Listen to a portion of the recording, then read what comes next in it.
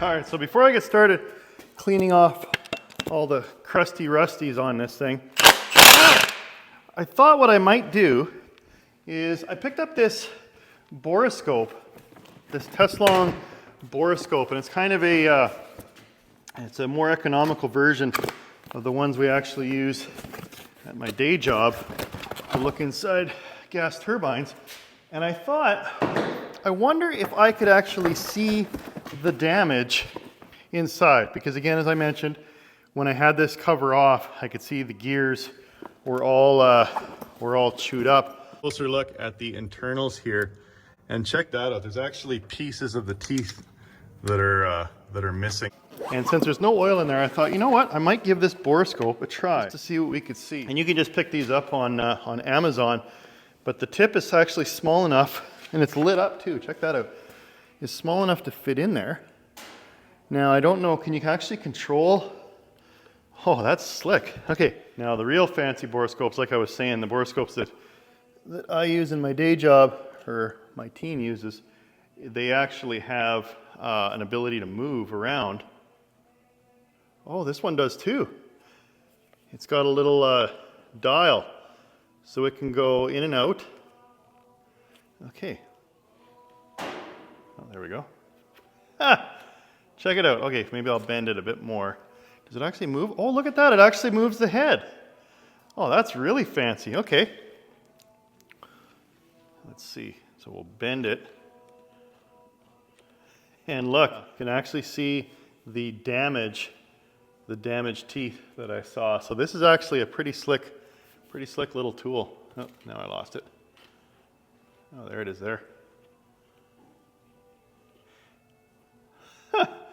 That is really neat. So you can use this to look inside differentials and see all the chewed up teeth, or you can use it to look inside engines and see you could shove it through a spark plug hole. Yeah, that's really neat. That's a neat tool for the toolbox. So just thought I'd share that. So like I say, if you want to get one of these, you can just pick them up on Amazon. I'll put the link in my description. Very cool. All right, so now what I'm going to do is I'll get out my wire wheel and my needle scaler and get all this junk off of here. And maybe I'll take this pinion nut off as well and just start taking this apart and clean it up, ready for some paint.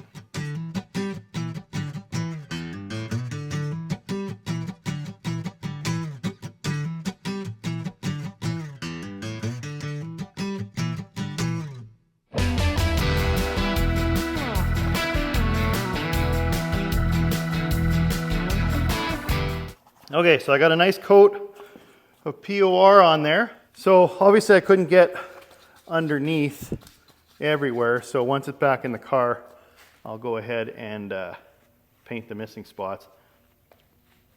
But yeah, that's looking good. Okay, I'll let that harden. Oh, the old wire wheel, occupational hazard. You get stabbed with all the needles that fly off. That's what was so itchy. Okay, so the reason I didn't paint these outer, the brackets or the plates that hold the calipers is because, as I mentioned, I got Wilwood ones that are going to be a little different. So once I pull the axles out, I can take the 4 bolts out here, I don't know if you can see that, and then take these off of there, and then I can put the new ones on there, the new Wilwood ones, bolt them on, and then put the new axle in. Okay, so I guess while that paint's drying, I suppose I can take that cover plate off and then start taking this thing apart.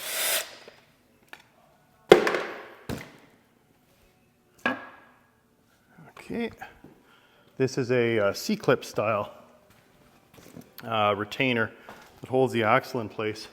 So, well, I guess first up I gotta take that little, I gotta take that little guy out of there. That little guy, you don't need to worry about that little guy. So once you get that lock nut out, this pin just falls out of here, or it should just come out of there pretty easily. And now, what I can do is, I can get those C-clips out of there. So C-clips are just holding the axle, and what I like to do is just get POR paint all over my hand, but push in on the axle, and then you can see the little C-clip there. I don't know if this guy's going to fit in there or not. There it is. One C-clip. And then after you do that, it allows the axle to just come right out of there. One axle. Oh, that one just fell. Even easier. Right in the dirty old gear oil. And then out comes this axle. All right. So, next up what I might do is try and get these ends off of here. Take these bolts off and take the caliper mount off.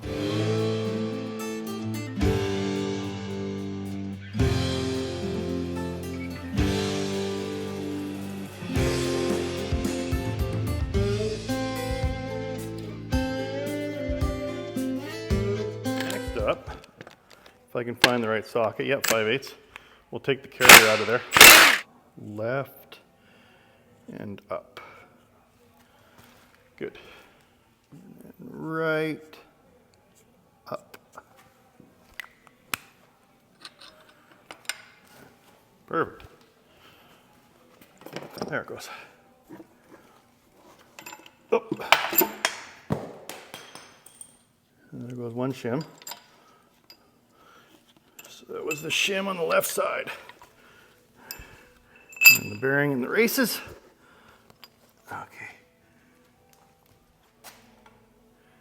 And then right. Clean up the rest of this old gross oil. And now I gotta get the pinion out of there.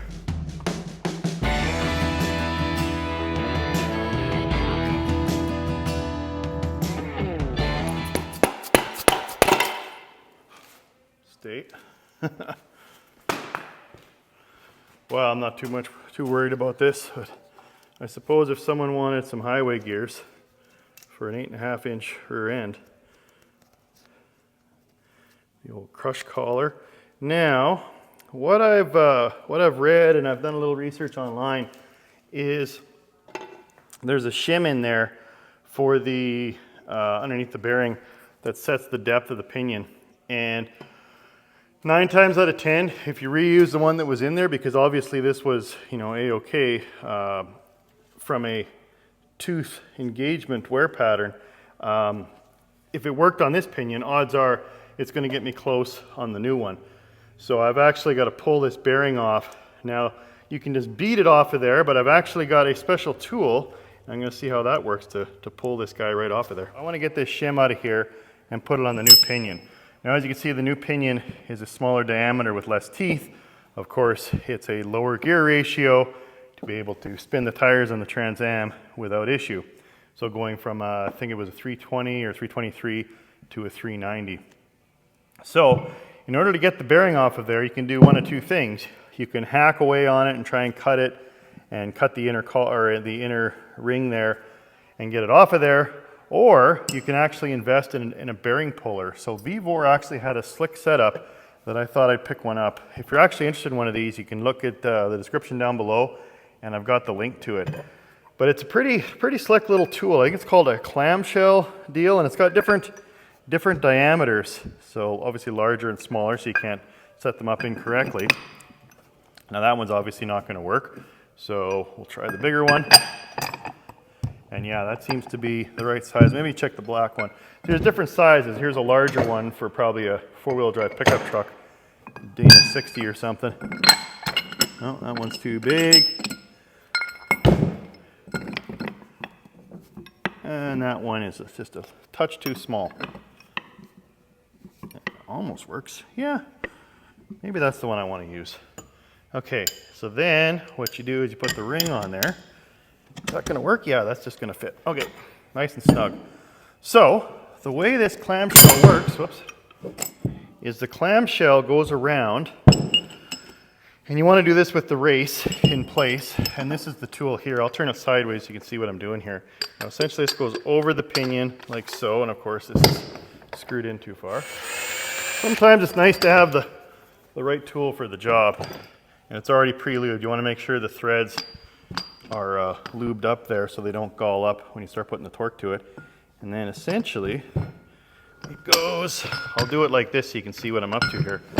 So this, these two rings, they've got to be, this one's got to be snugged down, and that's why it's threaded, so you can actually adjust it for different setups. Okay, something like that. All right, and I'm just doing it sideways here so you can kind of see what's doing. And tighten it up.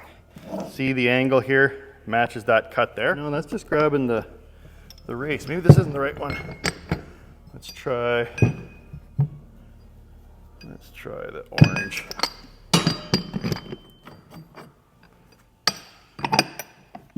Like so. And then you put the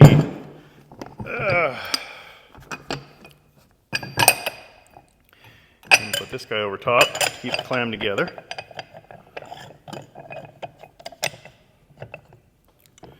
Just finger tight, and then as I tighten this down, it should pull that bearing right off of there in a nice controlled fashion.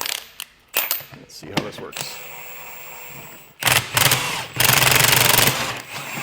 There, that should do it. Perfect. Man, that is slick. Now it pulls the bearing off just beautifully. No damage. Could reuse it if I had to. And then there's the shim I was looking for. So it's a 38, probably 38 thou, I'm guessing. So I will put that right there and then put the new bearing on that pinion. And this thing can also be used for pulling the bearings off the carrier as well. And it's got a little different setup for that. This stem that goes into different size diameters. So it's going to push against the inner part of the carrier and allowing the bearing to come off as this bolt goes down. So same idea. I'm going to do the clamshell. Well, let's see if this is this might be the smaller one now.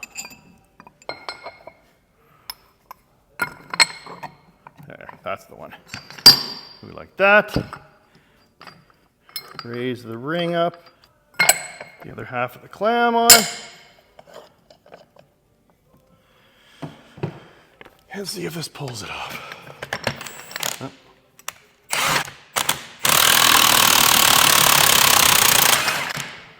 Beauty, Clark. Absolute beauty. Okay.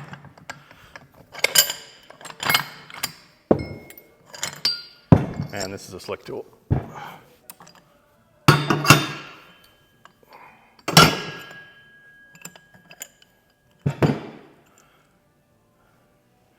Yeah, so there's no shims on the carrier, but that's how you get the bearing off if you wanted to replace the bearings on your existing carrier. Now, of course, I've got that new fancy one that I'm going to install.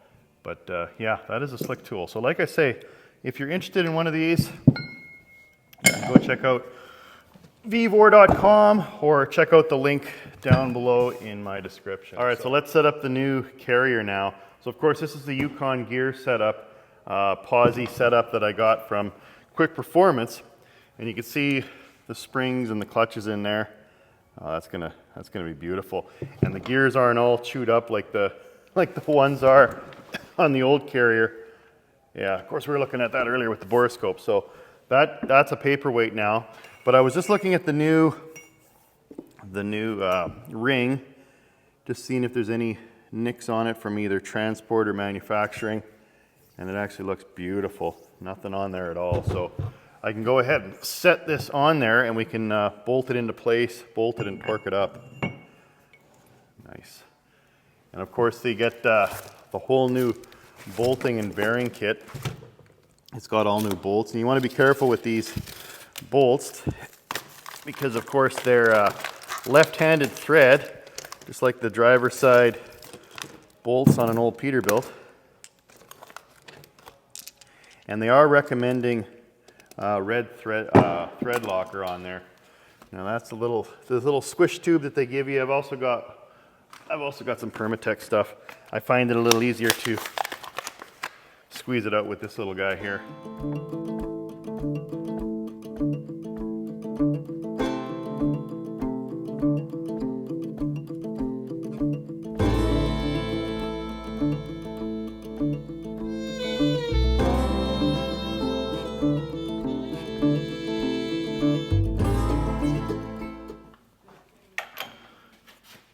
got this new digital torque wrench. I'm kind of digging it. It starts beeping at you when you start getting close. And then it starts really beeping at you when you get the full. So it calls for between 60 and 65, so I think I set it at 63, somewhere in there. And that one's good. I'll just go around and make sure I didn't miss any.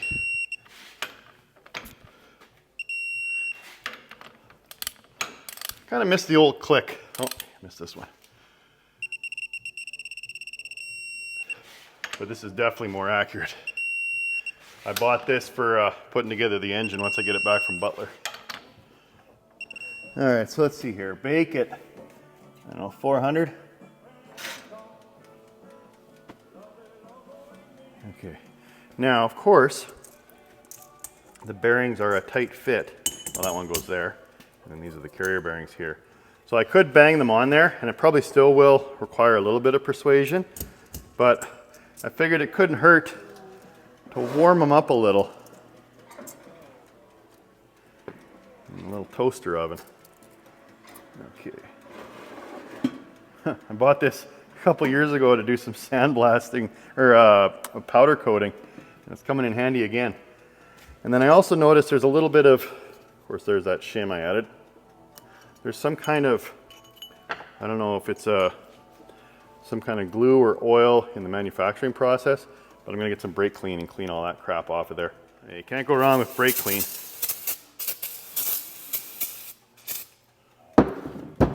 You don't need to worry about getting it on your hands. Might get some of that POR-15 paint that I got on there. I don't know, man, that stuff goes everywhere. I swear that POR-15 paint is more ruthless than anti-seize. I just, every time I paint something, I always, even if I wear gloves, I seem to end up getting it just everywhere. Well, obviously, because the paint was still wet and I started farting around with taking the diff apart, so that was probably part of the problem too. Yeah, so Top Don sent this to me last year, and it's actually a cool little device to go when you do a walk around your vehicle to see if there's any hot spots on the engine or the wheel bearings or the brakes. All right, let's see how they're looking. Oh, they're about 100, 196.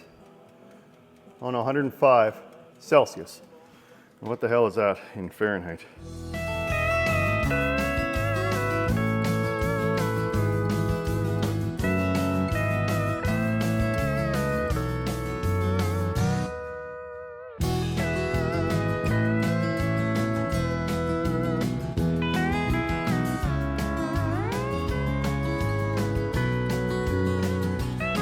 Okay, so next up, I want to get the old seals out of here and the old bearings on both sides and the front pinion.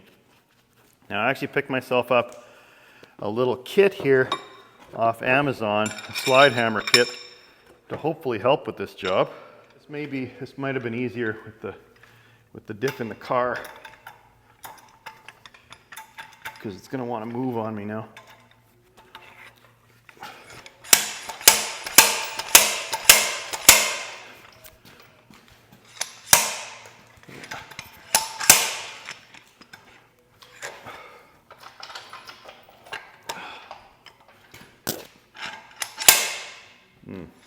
Well, I'm going to do this the old way, like this. Come on. Where's my hammer? Right here.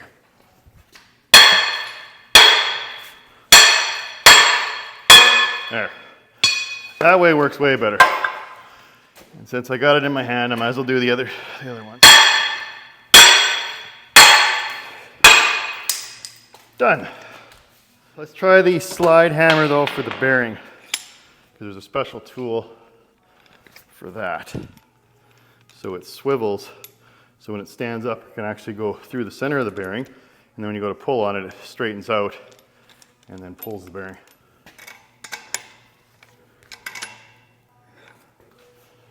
Again, this thing's going to want to move on me. There it goes. Ah, man, that actually worked pretty slick. Right tool for the job. One bearing flying across the shop. Okay, so that worked good. Now for the pinion seal and the pinion bearing, I think I can just hit it from behind and bang it out with a punch. There it goes. Okay, now that everything is out of there, I guess I'll get the brake clean out and clean this up as best I can, and I can start reassembly.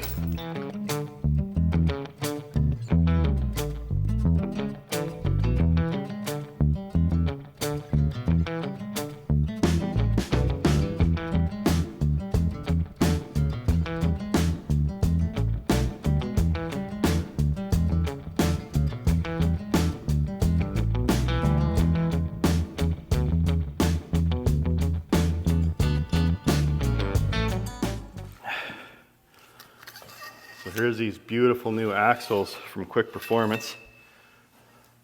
And we've got the bearing and the seal on the axle itself. All right, so I also picked up, what do they call this thing? A bearing race and seal driver set. So I think this would be the right size for this guy.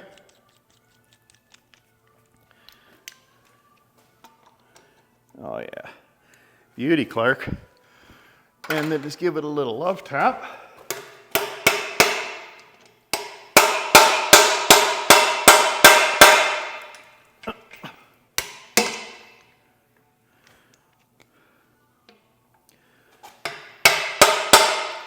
Well, this one might be a little too big.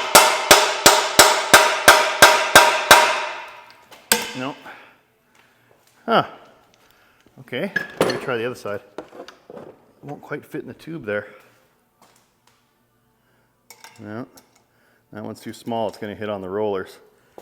Okay, so you try and buy the right tool, and you end up using a socket anyway. Now the tone should change when it bottoms out.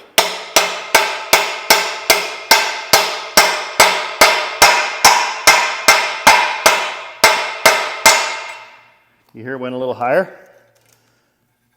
And I can just double check.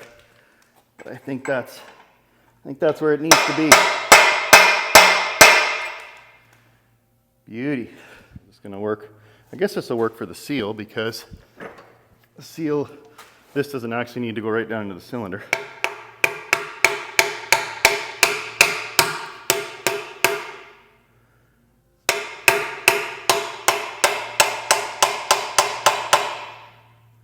Maybe we'll just put a little bit of grease in there, because why not, right? He don't mind the grease on his hands while he's eating. He's a jerry-rigging fool, he got the tool for the job. Just so they've got something to chew on until some oil comes down the axle tube there.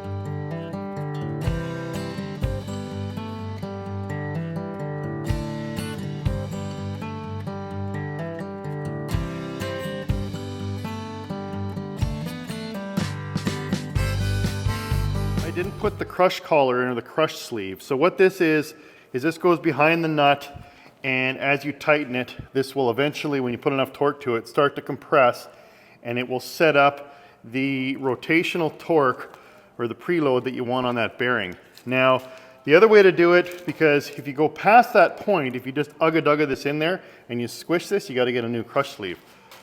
So the other way to do it, which is a bit more labor intensive, is you can use a solid ring in there, but then you have to shim it. So it takes a few times taking this on and off in order to get the proper preload for the torque. Now the proper torque on a new bearing, I believe, is between 15 and 20 inch-pounds.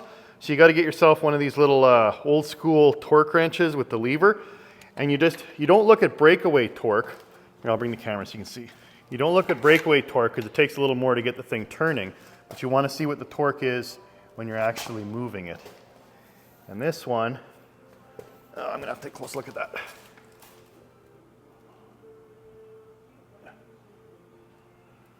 Yeah, this appears maybe a little tight. Well, that's 10 going that way, or maybe about 17 going that way. Yeah, it's under 20. So I could probably leave that for now in order to do the setup, because I was trying to think, well, you only get one crush sleeve, and you only get one chance to do it right, and then if you have to take this off of there and put a new shim underneath the main pinion bearing, you can't use this and can't do this again. So I'm pretty sure this is how you do it. I'm sure the folks out there in the comments will tell me otherwise. But yeah, so I just tightened this up enough to get the 15 to 20 inch-pounds to turn this, and that should be the correct preload to start looking at the gear pattern with the gear smear. And now what I'm doing is I'm measuring the backlash. So you want between, what is it, 7 to 9 thou, I think? Let me just double check. Yeah, each ring gear and pinion is developed to run at 7 to 9 thou backlash for street gear setup. So basically to do the backlash is you just get the dial indicator, and then you go back and forth, basically holding the pinion, and find out what that slop is, you could say. So 0, so it's about 14, yeah, it's about 14 or 15 thou. So that's no bueno. That's gonna have to get adjusted.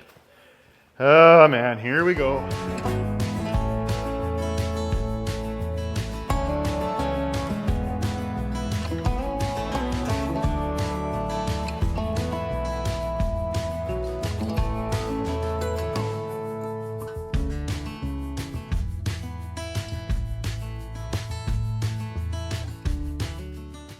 All right, so what I did was I changed the shims and then I put the carrier back in there. So it's basically, I moved it over a little closer to the pinion to try and take out some of that slack. So now we're approximately,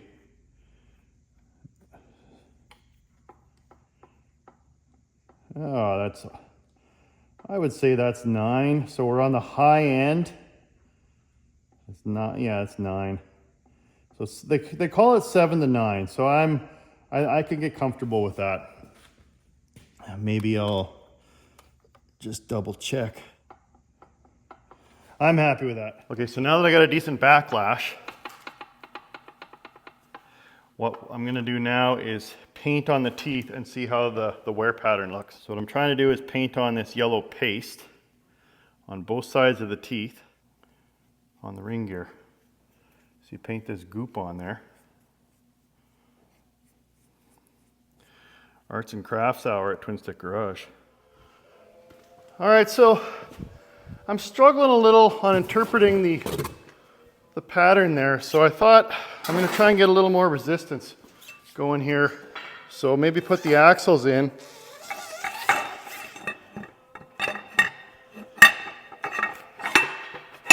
Like so.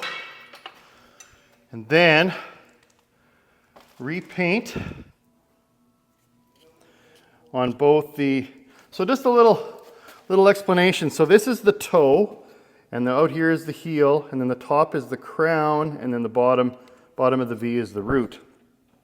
So you're trying to get a contact pattern. Now, there's lots of people that have lots of opinions on this, but what I've kind of found over the years, and from what I've read and watched videos and people that have told me, is ideally, you're looking for a football. You don't want the teeth to be contacting too deep, and you don't want them too shallow either, right? Because if they're too shallow and you really put the coal to it, it could actually break teeth off or do damage. So you want them actually to make a good contact. Now this is the drive side.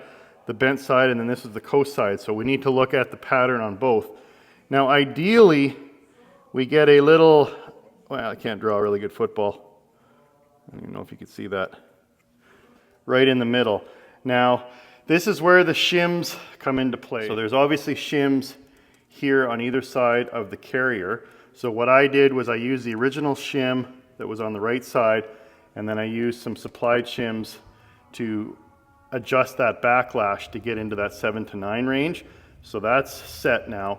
But now what can happen is you can vary the thickness of the shim underneath the pinion bearing, and that'll set how deep or how far out the pinion is, and that's going to be your primary change agent for the contact pattern. So with this stuff, I've also read that you can actually thin it out a little bit with motor oil or some other diluent to try and get it to make a good patch. I mean, essentially you only need to do about 3 or 4 teeth. I've been playing with this for a while, so now I got the pinion dirty. So now a lot of teeth are getting decorated. Now once I finish with this and I get the contact pattern I like, I'm going to have to do my best to clean this out of here. I'll probably take the, well, will I take the carrier out of there? Yeah, I might. We'll see. We'll see. So now what I want to do is try and run this through and then try and hold the pinion. I'm going to hold it, wearing a glove. I'm going to try and turn it out here and then hold the pinion as well, because I really want to get a good contact. So I'll go around about 6 times this way, and then I'll do the same thing in reverse. And then we'll take a look and see what that pattern looks like. Okay, now go the other way. Okay, so I'm really digging this. This is actually looking pretty good. So hopefully you can see this. Let me just double check in the camera there. Yeah. So you can see I got a football shape right in the center of the tooth, and the top of the sunrise doesn't quite crest the top of the crown of the tooth. So it's just under the top. So that is a really nice contact from a depth perspective. Now it is a little closer to the toe edge than I'd like. I mean, ideally you want it right in the center. So I'd want it a little farther back this way towards the heel. However, I think the thinnest shim you can get to put under the pinion bearing is 5 thou, which would bring the pinion into the case more here, into the carrier, and then it would, I believe, shove it up the heel. But my worry is if I put that 5 thou shim in, my football might go all the way out to here. So I could live with that on the drive side of the tooth. I'm really liking the contact pattern, so I probably give that about a 70%. Now let's look on the other side, on the coast side. Now the coast side, we're looking really good as well. Again, sunrise. Oh, actually, it looks really good on this tooth that doesn't have paint on it. The sunrise doesn't quite get to the edge of the crown. You notice how it's about the thickness of this pointer down. So there's the nice football. It's not too deep. Yeah, I'm actually digging that. I'd give that one probably about an 80%. So I could almost send this the way it is. And I just thought it wouldn't hurt to do a little backlash final check. And I count, what is that? 5, 6, 7, 8. 8 thou, and it's calling for 7 to 9, so I'll take it. I think she's good.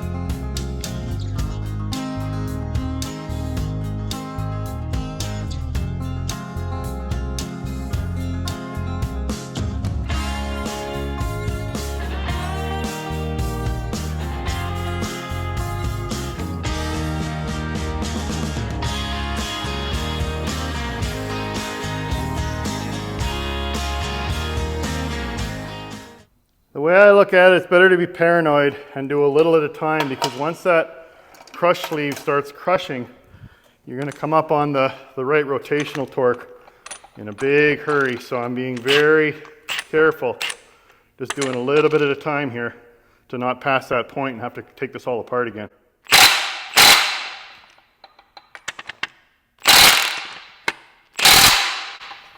Oh, that's nice. That's getting close. It's got to be getting close. Feels tighter. Oh, there's about 12 that way, and only 10 that way. One more tiny ugga-dugga ought to do it.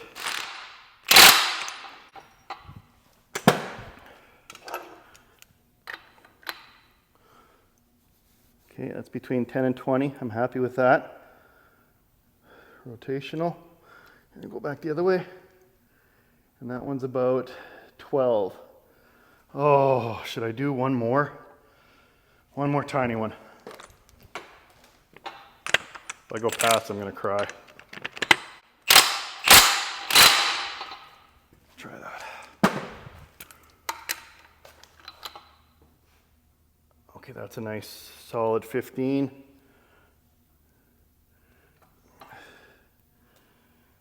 And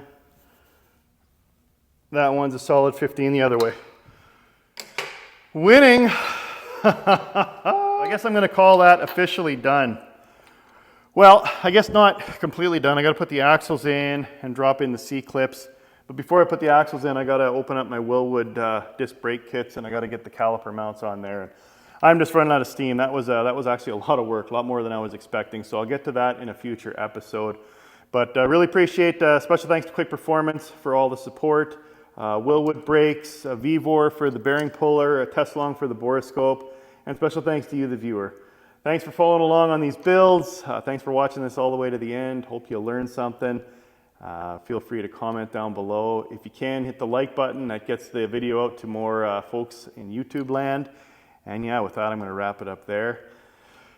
I think I'm going to go inside and have a course. So with that, see you next week. And don't ever forget, if you got it, truckers brought it.